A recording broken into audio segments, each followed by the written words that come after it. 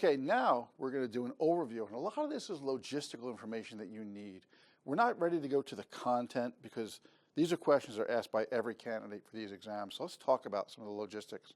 First of all, let's talk about the PMBOK guide, the Project Management Body of Knowledge. It's a guide rather than a specific methodology. It is a book for the practitioner. It doesn't have a methodology. One can use Agile or Waterfall or Prince2, a UK one. But this is a book that talks about the body of knowledge of what's contained in project management. It's up to you to decide what methodology you would use, you as the project manager and the team. But it's written, so it's written as a reference manual for the practitioner. It's not written as a test prep book. That's not to say you shouldn't use it as a test prep book. You should read the PMBOK cover to cover. That's what I believe strongly, with a pen and a highlighter in hand. But it doesn't have questions in it. It doesn't have mnemonics in it. So it's not really, this is the prep that you're getting here. You can buy it at a variety of online locations, Barnes & Noble, Amazon, there's a Kindle version. PMI also sells, but it costs more, even if it's just in English. But the other advantage, PMI sells it in a variety of languages. If you join PMI, which you're not obligated to do, but I recommend, you can also download a free searchable PMBOK. Why do I recommend joining? Because it will actually, I'll talk about fees later on, it will drive the cost of the test down.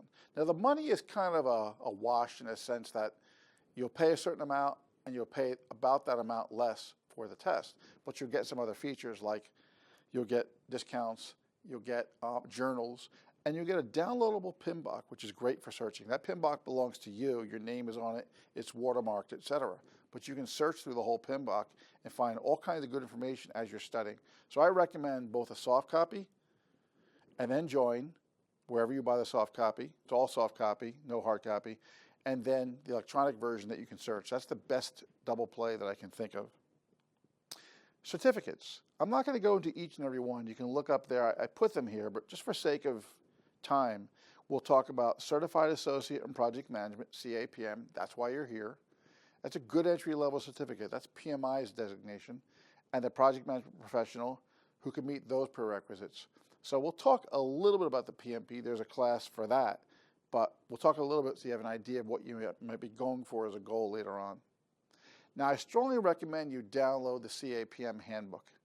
It's free, no login, no joining. Anybody can download it. Go to pmi.org, and then certifications, and you'll find it. But there's some interesting information here that I don't go into in detail, like the refund policy and emergency situations. That's well outside the scope of what we need. So do yourself a favor, when you get a chance, anytime after you start hearing this, go to the PMI site, the URL is down there, or pmi.org, print it as a PDF, and you don't have to print it out, save it on your hard drive, and just go through it. It'll buttress some of what I'm saying, and some of it we'll talk about, those special accommodations for medication or canceling and all that type of stuff. That's their rules. Now, CAPM versus PMP. This is a CAPM prep course, so you're in the right place. This is for, CAPM is that good entry level. It's for team members. It's for people out of high school trying to get a good start on it. It's for people working with PMPs and want to speak the same language. So there's that. But a lot of people will get to CAPM first because they don't have the prerequisites for a PMP, and then over time work towards getting a PMP.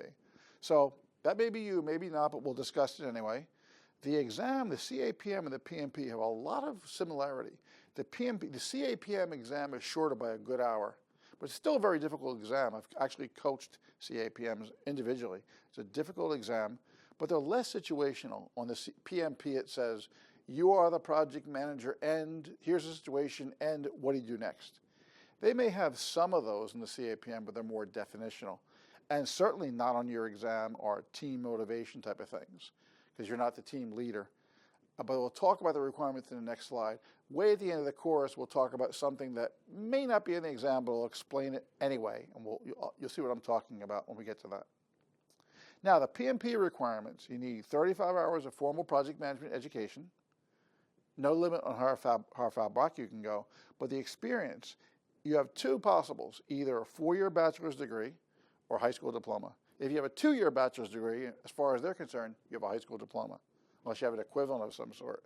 If you have the 4-year degree, you need 4,500 hours of leading and directing projects, and I bolded that intentionally. So this is where what I call large and in charge. You're managing the project, you're interfacing with stakeholders, you're interfacing with the sponsor, you're the point person to get it done. If you have a high school diploma, you need 7,500 hours, also leading and directing, large and in charge. With a 4-year degree, you must have at least, you're actually reporting on 2 different directions here, 2 different parameters. 36 months of work, at least as a project manager, of which 4,500 hours are leading and directing. And the application will walk you through it. It's vastly more complicated on the PMP, unfortunately, the actual application. But if you're a high school graduate, you need 60 months of work and 7,500 hours. Why is PMI saying this? They want prerequisites. They don't want just anybody taking the exam. You have to have a certain amount of years under your belt of actually managing projects, and maybe even prove that. It talks about it being non-overlapping. Don't worry about that too much. If you had projects A, B, and C and they ran at the same time, they will allow you to use the hours from A, B, and C, but they won't say that A, B, and C are 3 years back. They might be the same calendar year. And it can't be a repetitive operations on the PMP exam, nor as a team member, which is what this one is for. And the PMP exam is based on the PMBOK and other project-related knowledge. We actually cover standard deviation here, but specifically management theories they cover in the PMP and accounting, net present value. You won't have any of that type of stuff. And the PMP has 200 multiple choice questions with a 4-hour time limit. 175 are scored, 25 are experimental, and they're very situational. The 25 experimental, you'll never know what they are, or PMP candidates won't. They're mixed in, and it's a test bank for PMI for future exams, but they won't grade them, but you'll never know what they are. So they'll have 25 that they can't deal with. They do, I shouldn't say can't deal with, can't explain to you, and you'll have to say, well, either this is real or it's not, and they'll figure it out as you go along, but they won't score them. That's the good news. Now, the CAPM application process. That was the PMP. We're done with that. By contrast, the CAPM application process. First of all, it's a 3-hour, 150-question multiple choice computerized exam. So it's an hour shorter than the PMP, a little bit shorter question-wise. Of the 150 questions, 15 are considered pre-test, so nobody can prepare you for those. You take your best guess, they're not scored, and they're also not segregated. So they're mixed in there. They're not, in no way, shape, or form are either of these exams highlighted to say you're in this area or you're this area. They're all mixed up. You can't take the exam on paper unless you live 300 kilometers from a test center. The name of the test center is Prometric, P-R-O-M-E-T-R-I-C, Prometric, and they give tests on everything. And if you do live that far away, you have to have it proctored by PMI. I haven't had anybody encounter that yet. They will give you scratch paper at the test center for calculations. When you use the scratch paper, it gets turned into the test center later and they throw it away. So it's literally just paper to use for your calculations. All the answers you calculate on paper get recorded on screen, so you do your calculations and you find A, B, C, or D and do that. There's no drawing on screen. If you draw at all, you draw on your paper and record the answer. If you want a language aid, if you feel less comfortable with English, you can get them in 13 different languages: Chinese, simplified Chinese, French, German, etc. That's all in the handbook, but you must ask for that as you go into the exam, or I should say, as you apply for the exam. Unlike PMPs, CAPMs do not collect PDUs. What does that mean? That stands for Professional Development Unit. PMPs never take the exam again. Once they get their PMP, every 3 years they've got to get professional development units. How do they get them? Training, doing their job, reading books, going to meetings, things like blogging, things like that. So basically they're staying conversant with their profession. But you as a CAPM are expected to retake the exam every 5 years. But if you think about it, if you can think about the CAPM as a way station towards a PMP, what a lot of people do is get their CAPM, and in the intervening 5 years, work their way into getting the PMP. You have to take the PMP, but you work your way towards it, and that's the general idea. Now, what are the prerequisites? A lot lighter than the PMP. You have 2 choices. First of all, high school diploma or equivalent, and 1,500 hours of experience on a project team. Not necessarily a leadership role, team member is fine. In fact, that's what you probably are, and that's okay for this. But option 2, high school diploma or global equivalent, 23 contact hours of formal project management education. I know which one I'd go for if I have the 23 contact hours, high school diploma. The application is very simple. Here, you've got to go find the 1,500 hours of professional experience. So, be aware of those 2 distinctions, also in the CAPM handbook. Your choice. Now, You can optionally join PMI. I told you the reasons why. Again, it will drive the price of the test down and give you some other features, searchable PMBOK. You apply online. You can do it by paper. Believe me, you don't want to. This is all at PMI.org. PMI reviews it. Takes up to 24 hours. After they review it, you then pay for the exam. So it's a two-step process. First, they review it, then you pay, and we'll talk more about that.